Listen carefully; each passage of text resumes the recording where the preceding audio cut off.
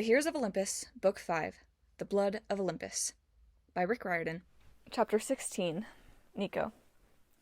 "You're not Orion," Nico blurted. A stupid comment, but it was the first thing that came to his mind. The man before him clearly was not a hunter giant. He wasn't tall enough. He didn't have dragon legs, he didn't carry a bow or quiver, and he didn't have the headlamp eyes Reyna had described from her dream. The gray man laughed. "Indeed not. Orion has merely employed me to assist him in his hunt. I am—" "Lycaon," Reyna interrupted. "The first werewolf." The man gave her a mock bow. "Reyna Ramirez Ariano, praetor of Rome. One of Lupa's whelps. I'm pleased you recognize me. No doubt I am the stuff of your nightmares." "The stuff of my indigestion, perhaps." From her belt pouch, Reyna produced a foldable camping knife. She flicked it open, and the wolves snarled, backing away. "I never travel without a silver weapon." Lycaon bared his teeth. "Would you keep a dozen wolves and their king at bay with a pocket knife? I heard you were brave, filia romana. I did not realize you were foolhardy." Reyna's dogs crouched, ready to spring. The coach gripped his baseball bat, though for once he didn't look anxious to swing. Nico reached for the hilt of his sword.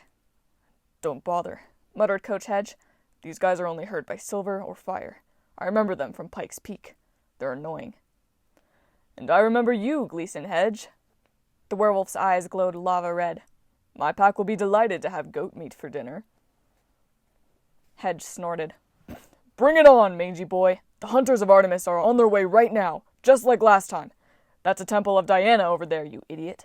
You're on their home turf." Again, the wolves snarled and widened their circle. Some glanced nervously toward the rooftops. Lycaon only glared at the coach. "A nice try, but I'm afraid that temple has been misnamed.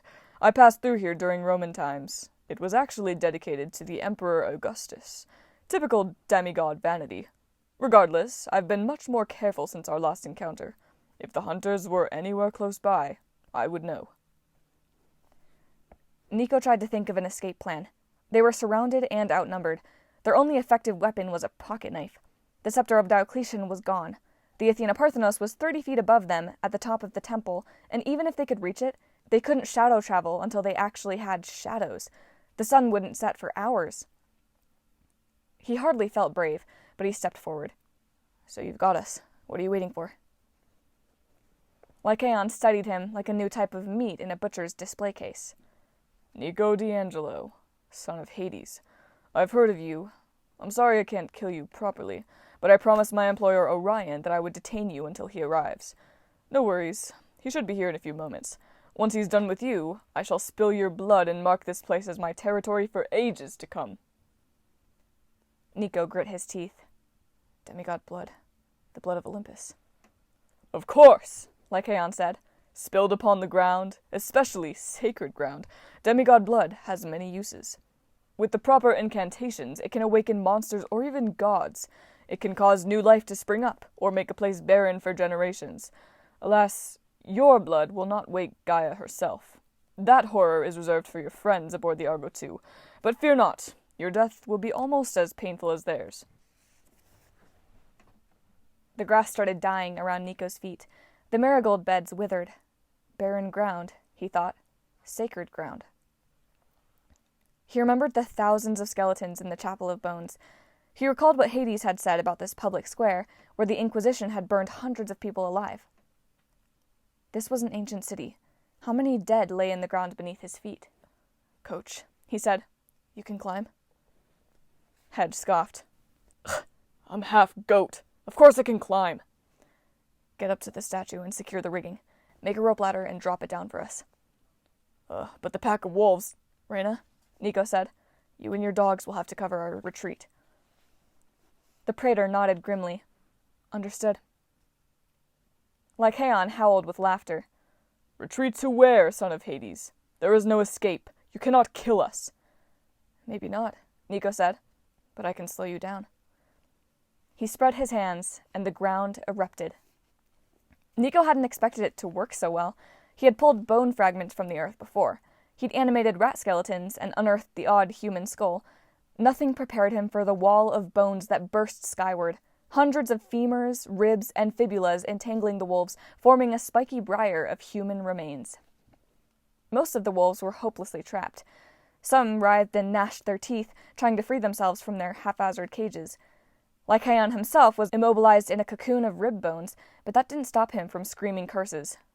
"You worthless child!" he roared. "I will rip the flesh from your limbs." "Coach, go," Nico said. The satyr sprinted toward the temple.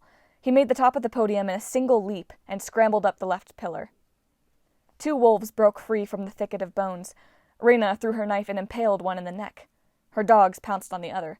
Orum's fangs and claws slipped harmlessly off the wolf's hide, but Argentum brought the beast down. Argentum's head was still bent sideways from the fight in Pompeii. His left ruby eye was still missing, but he managed to sink his fangs into the wolf's scruff. The wolf dissolved into a puddle of shadow. Thank goodness for silver dogs, Nico thought. Reyna drew her sword. She scooped a handful of silver coins from Hedge's baseball cap, grabbed duct tape from the coach's supply bag, and began taping coins around her blade. The girl was nothing if not inventive. "Go," she told Nico. "I'll cover you." The wolves struggled, causing the bone thicket to crack and crumble. Lycaon freed his right arm and began smashing through his prison of rib cages. "I will flay you alive," he promised. "I will add your pelt to my cloak." Nico ran, pausing just long enough to grab Reyna's silver pocket knife from the ground. He wasn't a mountain goat, but he found a set of stairs at the back of the temple and raced to the top. He reached the base of the columns and squinted up at Coach Hedge, who was precariously perched at the feet of the Athena Parthenos, unraveling ropes and knotting a ladder. "Hurry!" Nico yelled. "Oh, really?" the coach called down. "I thought we had tons of time." The last thing Nico needed was satyr sarcasm. Down in the square, more wolves broke free of their bone restraints. Reyna swatted them aside with her modified duct tape coin sword, but a handful of change wasn't going to hold back a pack of werewolves for long. Orum snarled and snapped in frustration, unable to hurt the enemy. Argentum did his best, sinking his claws into the throat of another wolf, but the silver dog was already damaged. Soon, he'd be hopelessly outnumbered. Lycaon freed both his arms. He started pulling his legs from their ribcage restraints. There were only a few seconds until he would be loose. Nico was out of tricks. Summoning that wall of bones had drained him. It would take all his remaining energy to shadow travel, assuming he could even find a shadow to travel into. A shadow. He looked at the silver pocket knife in his hand. An idea came to him, possibly the stupidest, craziest idea he'd had since he thought, "Hey, I'll get Percy to swim in the river Styx. He'll love me for that." "Reyna, get up here," he yelled. She slammed another wolf in the head and ran. In mid-stride, she flicked her sword, which elongated into a javelin, then used it to launch herself up like a pole vaulter. She landed next to Nico. "What's the plan?" she asked, not even out of breath. "Show off," he grumbled. A knotted rope fell from above. "Climb, you silly non-goats!" Hedge yelled. "Go," Nico told her. "Once you're there, hang on tight to the rope." "Nico, do it!" Her javelin shrank back into a sword. Reyna sheathed it and began to climb, scaling the column despite her armor and her supplies. Down in the plaza, Orum and Argentum were nowhere to be seen. Either they'd retreated or they'd been destroyed. Lycaon broke free of his bone cage with a triumphant howl. "You will suffer, son of Hades!" What else is new, Nico thought. He palmed the pocket knife. "Come and get me, you mutt, or do you have to stay like a good dog until your master shows up?" Lycaon sprang through the air, his claws extended, his fangs bared. Nico wrapped his free hand around the rope and concentrated, a bead of sweat trickling down his neck. As the Wolf King fell on him, Nico thrust the silver knife into Lycaon's chest. All around the temple, wolves howled as one. The Wolf King sank his claws into Nico's arms. His fangs stopped less than an inch from Nico's face.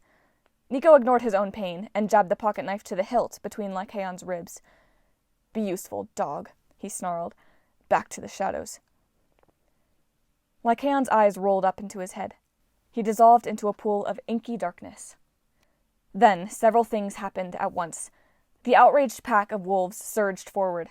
From a nearby rooftop, a booming voice yelled, "Stop them!" Nico heard the unmistakable sound of a large bow being drawn taut. Then he melted into the pool of Lycaon's shadow, taking his friends and the Athena Parthenos with him. slipping into cold ether with no idea where he would emerge.